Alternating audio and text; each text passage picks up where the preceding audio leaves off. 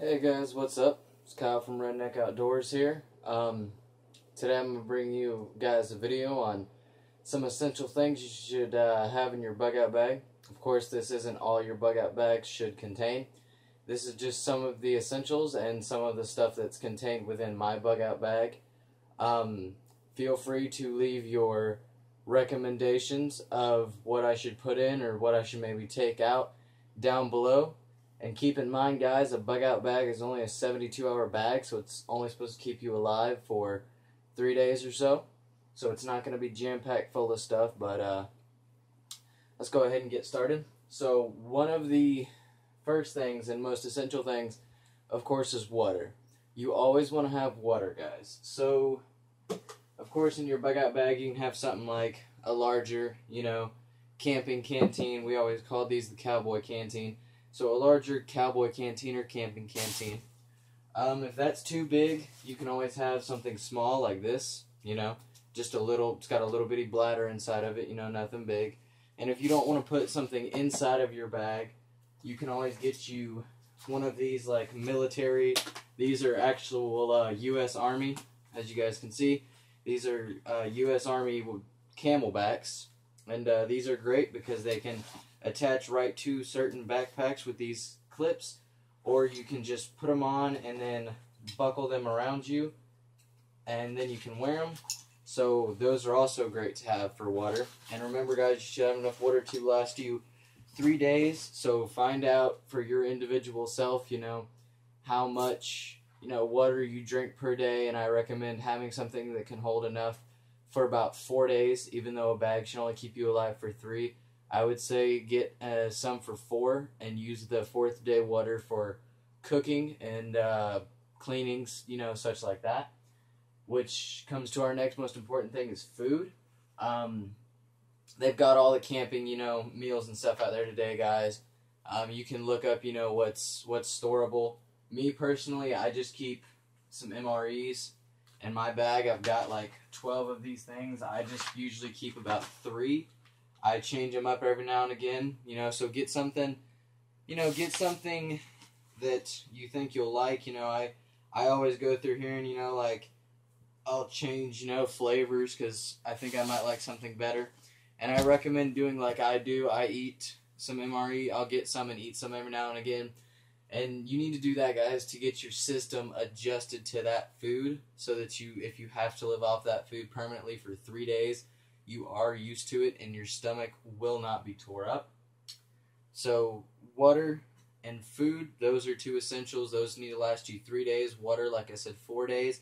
Because if you're doing something like MREs or like mountain meals, I think is what they're called, or something like that, most of those you need to add water. For an MRE, all you need to cook is water. It comes with its little stove that is activated by water. So just make sure you've got water to cook and to maybe clean your eating utensils, stuff like that, which we'll go to next. No, we won't go to eating utensils next. We'll go to the next most important thing, which is shelter. This here is just simply a 6 foot long poncho. I'm not sure how wide it is, but it's a 6 foot long poncho. I got one of the biggest ones I could find. You can get them in any color you want. I just got this because I like this camo. I've got a lot of stuff that's this camo, and I think this would blend in well with a lot of environments. So get you something you can use, and you need, of course, I've got strings and stakes in my bag, so if I had to make a shelter out of this, I could tie it up to a tree or something, and make me a little, survival shelter that would last me a couple days.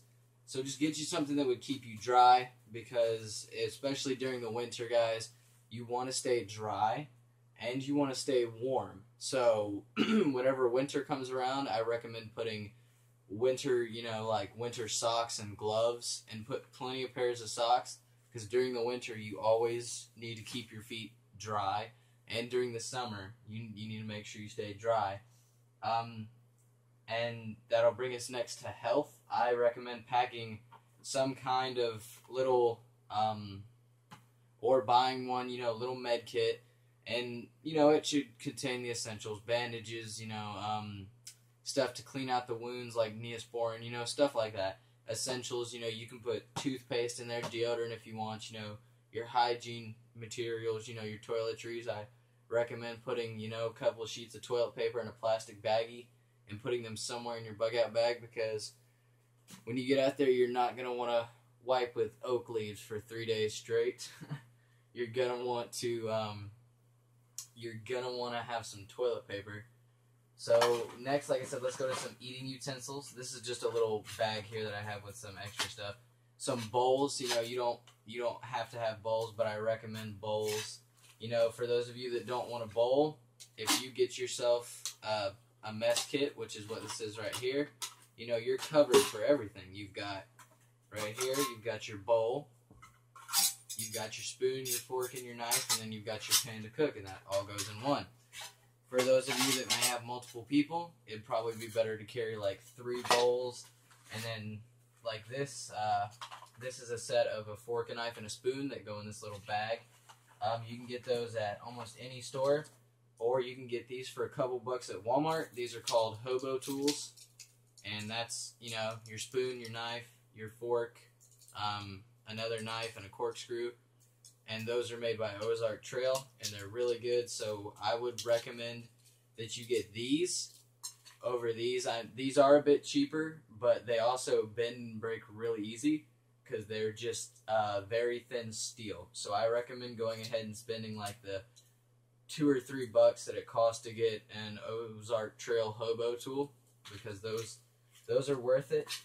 As I said, I recommend, you guys can see I've got bungee cords and all different kinds of string in here to stake up my little thing.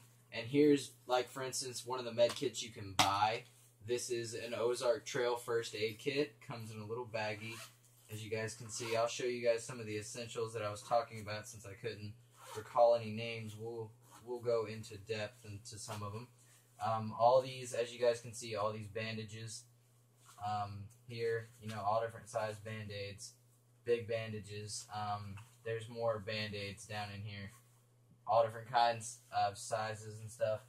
And it's good if you can get ones that come with like these. If someone, you know, this tells you if someone is burned, you know, it's a little pamphlet that tells you, you know, when someone is bitten or stung by an insect, when someone has a swolled poison thing, you know, when someone is too cold, when someone is too hot, you know, it just tells you all the essentials. You guys get it. As you guys can see, another first aid instruction manual. It's always good to have those, especially for those of you that are like me and don't know that much about first aid. You know, I'm not a paramedic, and you know, you've got your nasal decongestion, your non-aspirin, you know, your ibuprofens, your electrolyte tablets. I recommend having a bunch of electrolyte tablets. Those will come in handy a lot. Some little electrolyte tablets they'll actually come in a lot more handy than you guys would think they would. Bandages, as I said. Bandages are always good. You need bandages. Those are an essential. Let's see. You don't necessarily need those. I have those from my grandpa because he has a bad heart, so I have those in there for him. Those are nitroglycerin pills. If you have somebody with a bad heart, you know, that can have a heart attack that's going to be bugging out with you, I recommend having a little bottle of nitroglycerin pills. Like PDI pads, you know, these are the sterilizing stuff. Triple antibiotic ointment, you know, stuff like that. Sting relief pads, you know, like burn gel is what that is there. You know, just all different kinds of stuff, guys, you know. The Providine, cleaning pads, all of that stuff, you know, just to clean cuts and stuff like that before you bandage them up. And you can organize it if you want, guys. I didn't take the time because this is really just the one that I use when I go camping by myself. I use this one because, of course, I have this one and another little one in my bug out bag. This is my camping one right here. So I don't have it like organized. It's just all thrown in there. Let me get these manuals back in here, guys. Let's see. Light, I guess, is what we'll go to next. You always need some forms of light. I usually carry about 3. I'll carry something like that right there, you know, or I'll carry 2 headlamps and a light. But I like to carry 3 different things, you know, small light, a bigger flashlight, and a headlight. And always carry extra batteries. Definitely always carry extra batteries. And thermal blankets, guys. These things are amazing to have. Sorry, guys, I'm just checking in here for other stuff. Thermal blankets are amazing things to have. I'm sorry that I'm not going in one order. You know, I'm just going through random stuff. But thermal blankets, those are amazing to have. Of course, you need a compass so you know your way out. Let's get into more stuff up here. When it comes to food, you know, I recommend having stuff like that, you know, bagged up spoons. These are some things out of my MREs that I've saved. Peanut butter, you know, barbecue sauce, just, you know, some, whatever those are called, I can't even think now. And stuff like this. 3 paper towels for my MREs and 3 moist towels for cleaning your hands from the MREs as well. Fire, of course, you always need to worry about fire.